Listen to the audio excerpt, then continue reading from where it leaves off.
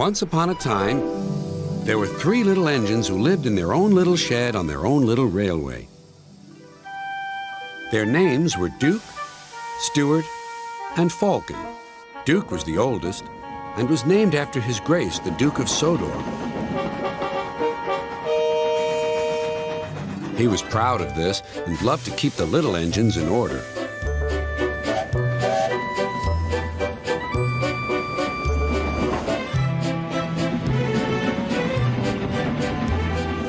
Whenever they did anything that Duke thought wrong, he would say, "That would never suit His Grace." Other engines came and went, but Duke outlasted them all.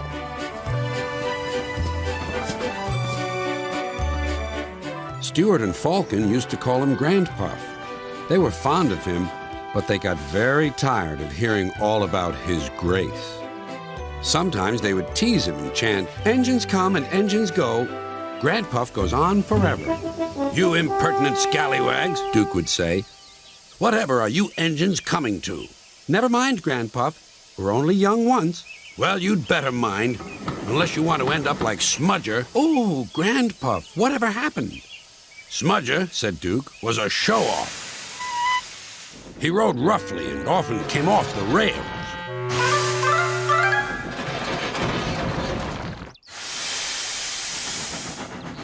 I warned him to be careful, but he took no notice." "Listen, Dookie," he snarled.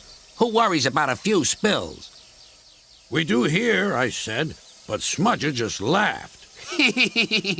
Until one day, manager said he was going to make him useful at last. Smudger stopped laughing then.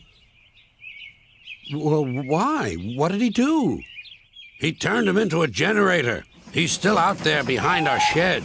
He'll never move again." After that, Stuart and Falcon became really useful engines, and all three were happy together for many years.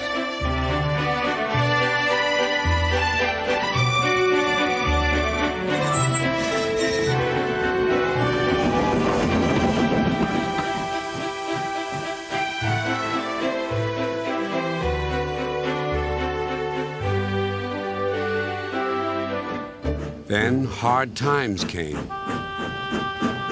The mines in the hills closed, and the railway was closed too. People came to buy the engines. "We'll take Stuart and Falcon." No one wanted Duke. They thought him too old. "Cheer up, Granpuff," called Stuart. "We'll find you a nice railway, and then you can come and keep us in order." They tried to be brave and cheerful, but no one really thought their dreams would come true. Duke's driver and fireman oiled and greased him one last time. They sheeted him snugly and said goodbye. Then they had to go away and find work. Duke was alone. "Oh, well," he sighed, "I'll go to sleep. It'll help to pass the time."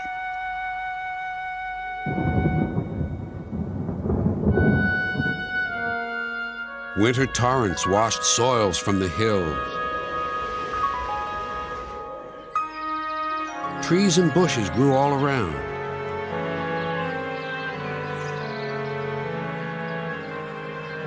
You wouldn't have known a shed was there, let alone a little engine asleep inside.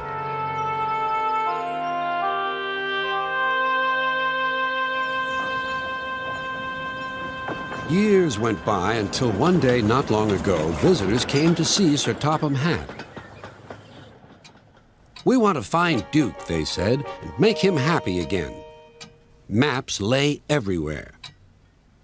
"If we follow the old line shown here on the map," they said, "we'll travel north of the village and then into the mountains. And look, there's a sign for the old station. If Duke's anywhere, he's there." Everyone set off to the mountains far away. The days went by and the search grew harder, but the rescuers wouldn't give up.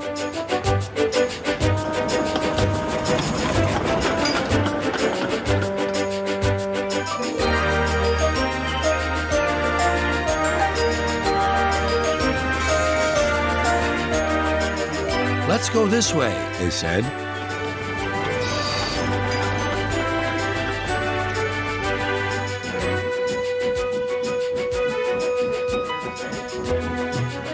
But there was still no sign of Duke. "He's here somewhere," they said. They scrambled over hills, struggled over ditches. At last, their search ended, quite by accident.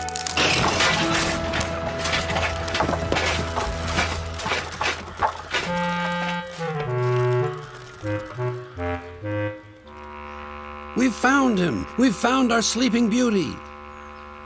"Excuse me," inquired Duke. "Are you a vandal? Driver told me vandals break and smash things." "Bless you, no," laughed the rescuers. "We've dropped in because we couldn't find your door.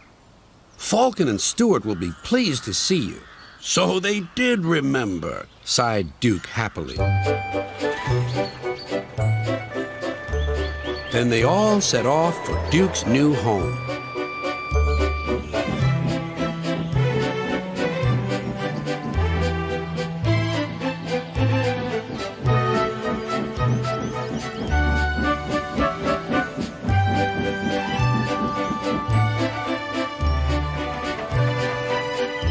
Stuart and Falcon were ready with a big welcome.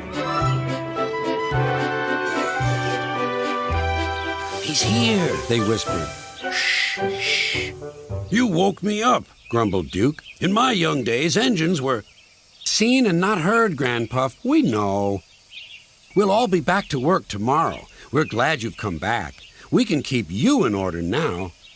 "Keep me in order? Be off with you, impudent scallywags." But Duke's old eyes twinkled, and for the first time in years he smiled as he dozed in the sun.